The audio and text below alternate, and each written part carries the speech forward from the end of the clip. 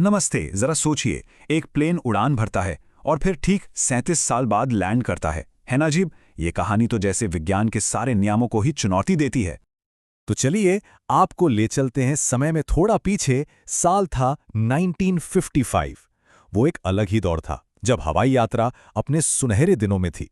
और हमारी ये रहस्यमय कहानी भी बस यहीं से शुरू होती है। 2 जुलाई 1955 पैन अमेरिकन वर्ल्ड एयरवेज की एक फ्लाइट ने उड़ान भरी। उसमें 60 यात्री थे और 6 क्रू मेंबर्स।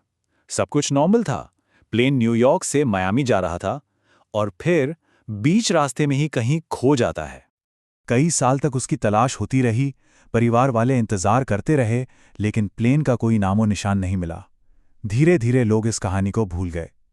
लेकिन फिर करीब करीब 37 साल बाद, साल 1992 में कुछ ऐसा हुआ जिसने सबके होश उड़ा दिए। वही प्लेन अचानक से आसमान में दिखाई देता है और वेनेजुएला के एक एयरपोर्ट पर लैंड कर जाता है। तो सवाल ये है कि ये हुआ कैसे? क्या ये वाकई कोई टाइम ट्रैवल था? आइए इस अविश्वसनीय लगने वाली घटना की तह तक चलते हैं। तो ये कहानी है एक ऐसी उड़ान की जो कहते हैं कि समय में ही कहीं खो गई थी। ये पैन एम फ्लाइट 914 की रहस्यमयी दास्तान है। तो बात हो रही है पैन एम फ्लाइट 914 की, एक डगलस DC-4 एयरक्राफ्ट। कहानी ये है कि ये 2 जुलाई 1955 को न्यूयॉर्क से मियामी जा रहा था और अपने 66 लोगों के साथ अचानक गायब हो गया। इस कहानी की टाइमलाइन ही इसे इतना अजीब बनाती है। देखिए, 2 जुलाई 1955 को प्लेन न्यूयॉर्क से उड़ता है और रडार की स्क्रीन से गायब हो जाता है। और फिर 37 साल, पूरे 37 साल तक उसका कुछ पता नहीं चलता, ना कोई मलबा, ना कोई खबर। और फिर अचानक 21 मई 1992 को ये वेनेजुएला के कराकस में लैंड कर जाता है। अब आता है कहानी का सबसे हैरान कर देने वाला हिस्सा, वो लैंडिंग जो लगभग नामुमकिन थी। कराकस एयरपोर्ट के कंट्रोल टावर में बैठे एयर ट्रैफिक कंट्रोलर जुआन दिला कोर्ते को एक आवाज़ सुनाई देती है। एक पायलट जो बहुत घबराया हुआ था, वो पूछ रहा था, हम पैन एम फ्लाइट 914 हैं, न्यूयॉर्क से मियामी जा रहे हैं, हम कहाँ हैं? जब पायलट बाहर आज के ज़माने के जेट और नई नई इमारतें देखता है तो वो बुरी तरह घबरा जाता है। उसे बताया जाता है कि ये साल 1992 है। ये सुनते ही उसके तो होश ही उड़ जाते हैं। वो घबराहट में तुरंत प्लेन को वापस टेक ऑफ कर लेता है। लेकिन जाते जाते रनवे पर एक चीज़ गिरा जाता है, 1955 का एक कैलेंडर। यही वो सबूत था जिसने इस कहानी को और हवा दी।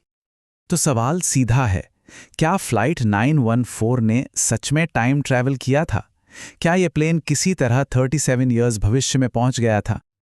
अब तक तो कहानी बहुत रोमांचक लग रही है ना? लेकिन अब वक्त है इस रहस्य से पर्दा उठाने का और सच को कल्पना से अलग करने का। तो सच ये है कि ये पूरी की पूरी कहानी एक झूठ है। जी हां, एक कोरी कल्पना। इसका एक भी शब्द सच नहीं है।